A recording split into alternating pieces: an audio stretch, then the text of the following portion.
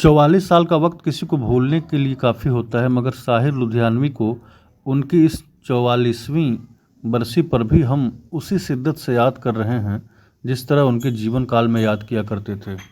यह मोहब्बत इस बात की तस्दीक करती है कि साहिर हमारे दिलों से कितने गहरे जुड़े हैं।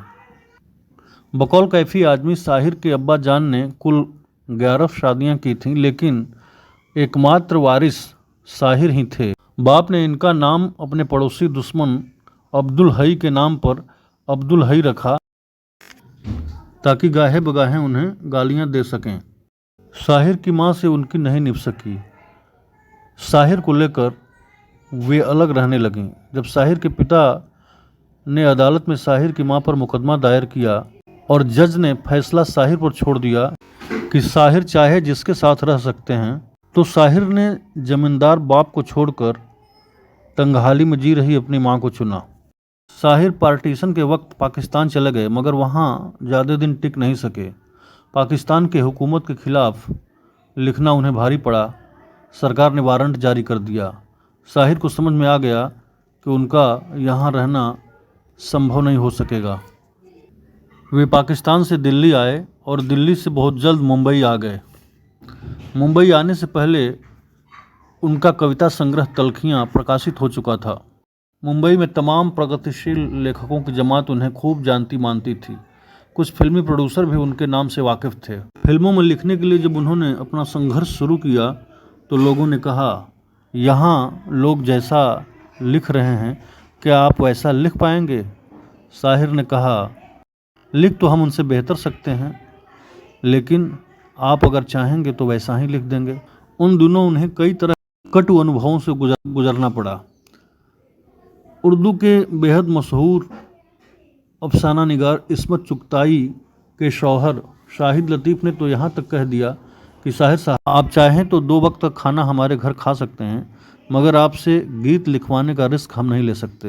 यह और बात है कि जब साहिर फिल्मों में कामयाब हो गए तो शाहिद लतीफ़ ने अपनी फिल्म के लिए उनसे गीत लिखवाए।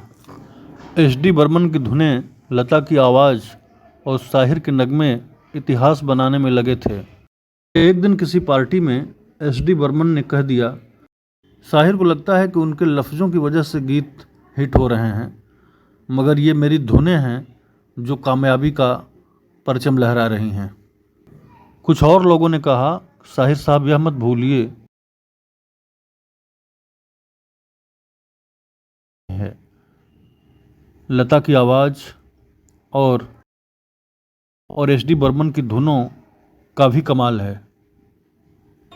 साहिर ने इस बात को चैलेंज की तरह लिया और करीब 2 वर्षों तक निर्माताओं के सामने यह शर्त रखी कि एच.डी. बर्मन और लता के साथ वह काम नहीं करेंगे। बावजूद उसके उनके गाने हिट होते रहे। साहिर ने एक नई प्रतिभा तराशी जिसे दुनिया ने सुधा मल्होत्रा के नाम से जाना। तुम अगर भूल भी जाओ तो ये हक है तुमको, मेरी बात और है, मैंने तो मोहब्बत की है।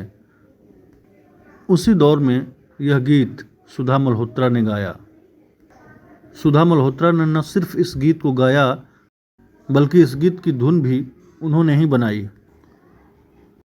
उन दिनों रेडियो पर बज रहे गीतों के साथ गीतकार का नाम लिए जाने की परंपरा नहीं थी।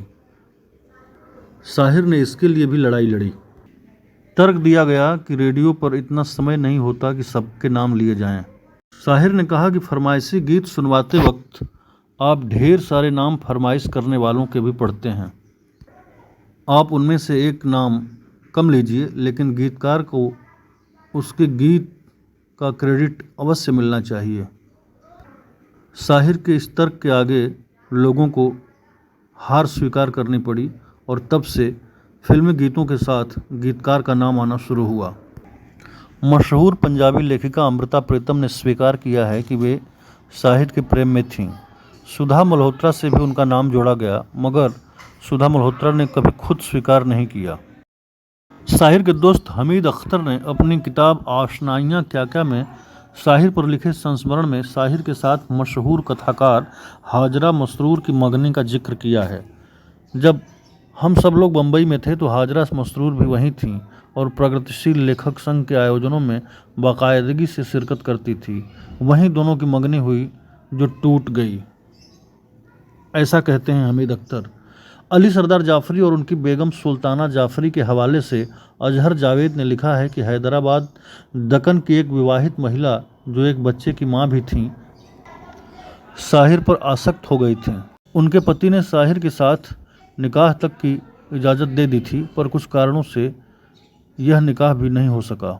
लेखक बलवंत सिंह ने एक इंटरव्यू के दौरान जब उनसे पूछा कि आपने शादी क्यों नहीं की, क्या आप शादी के खिलाफ़ हैं, तो उन्होंने कहा कि मैं शादी के खिलाफ़ नहीं हूँ, लेकिन जहाँ तक मेरा ताल्लुक़ है मुझे शादी की कोई ज़रूरत महसूस नहीं हुई।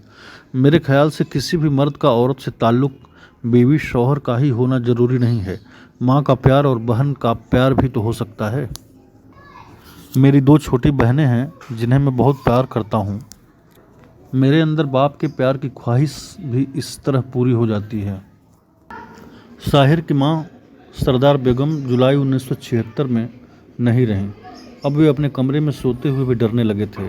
उनके साथ रहने वाली मामा की लड़कियां सरवर शफी और अनवर सुल्ताना माँ का विकल्प नहीं बन सकी।